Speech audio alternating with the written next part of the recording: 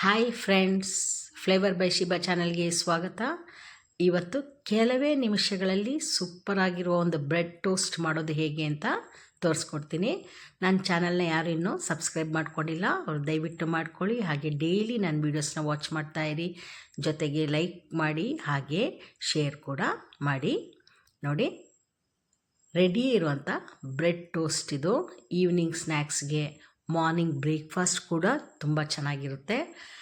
Bread, ಮಾಮೂಲಿ bread ನಿಮಗೆ ಯಾವ್ದು ಖುಷಿ ತೊಗೊಳ್ಳಿ, ಮಾಡ್ರನ್ ಬ್ರೆಡ್ ಆದರೂ ಸರಿ, ಸ್ಪೆಷಲ್ ಬ್ರೆಡ್ ಆದರೂ ಸರಿ.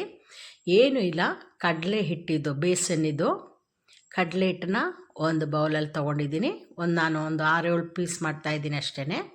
ಅದಕ್ಕೆ ಟೊಮೆಟೊ, ಅರ್ಧ ಟೊಮೆಟೊ, ಒಂದು ಸಣ್ಣ ಈರುಳ್ಳಿ ಸಣ್ಣದಾಗಿ ಚಾಪ್ ಮಾಡಿರೋದು, ಒಂದು ಹಸಿಮೆಣಸಿನ್ಕಾಯಿ 3, ಸ್ವಲ್ಪ ಕರಿಬೇವಿನ ಸೊಪ್ಪು, ಅರ್ಧ ಕ್ಯಾರೆಟು, ಇದಿಷ್ಟು ತುರಿದಿದ್ದೀನಿ ಕ್ಯಾರೆಟ್ನ, ಮತ್ತು ಕೊತ್ತಂಬರಿ ಸೊಪ್ಪು. ಇದಿಷ್ಟು ರೆಡಿ ಮಾಡ್ಕೊಳ್ಳಿ.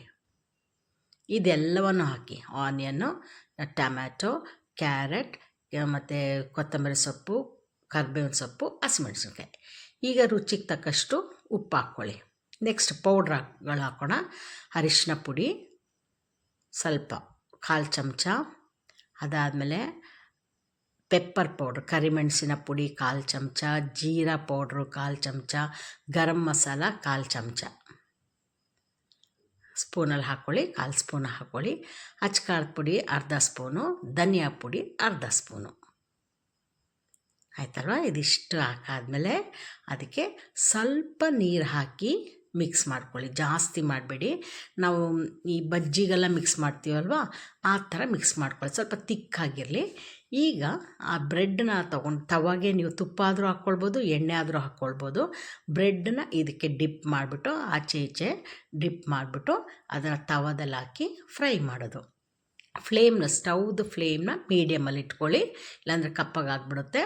ನೋಡಿ, ಈ ಥರ ಎಲ್ಲ ಮೇಲೇ ಸಿಗುತ್ತೆ. ಕ್ಯಾರೆಟ್, ಆನಿಯನ್ ಮತ್ತು ಹಸಿಮೆಣಸಿನ್ಕಾಯಿ, ಕೊತ್ತಂಬರಿ ಸೊಪ್ಪು ಎಲ್ಲ ಬಾಯಿಗೆ ಸಿಗುತ್ತೆ. ಆ ಥರ 2 ಸೈಡು ಫ್ರೈ ಮಾಡಿ ತೊಗೊಳ್ಳಿ. ತುಪ್ಪ ಹಾಕಿದರೆ ತುಂಬ ಚೆನ್ನಾಗಿರುತ್ತೆ ಟೇಸ್ಟು.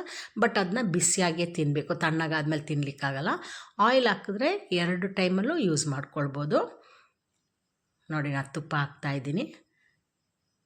ಆಯಿತಾ?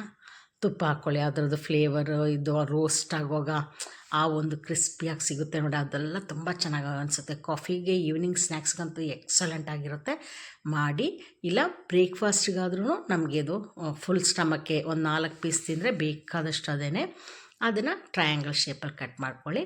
ಕಟ್ ಮಾಡ್ಕೊಂಡು ಹಿಂಗೆ ಸರ್ವ್ ಮಾಡಿಕೊಂಡು ಒಂದು ಸಣ್ಣ ಬೌಲಲ್ಲಿ ಸಾಸ್ ಇಟ್ಕೊಂಡು ತಿಂದರೆ ಆಹಾ, ಇದ್ರ ಜೊತೆಗೆ ಒಂದು ಒಳ್ಳೆ ಕಾಫಿನೋ ಇದ್ಬಿಟ್ರೆ ಸೂಪರ್ಬ್ ಆಗಿರುತ್ತೆ. ಖಂಡಿತ ಟ್ರೈ ಮಾಡಿ. ನೆಕ್ಸ್ಟ್ ವಿಡಿಯೋದಲ್ಲಿ ಮೀಟ್ ಮಾಡೋಣ. Take care, bye, thank you.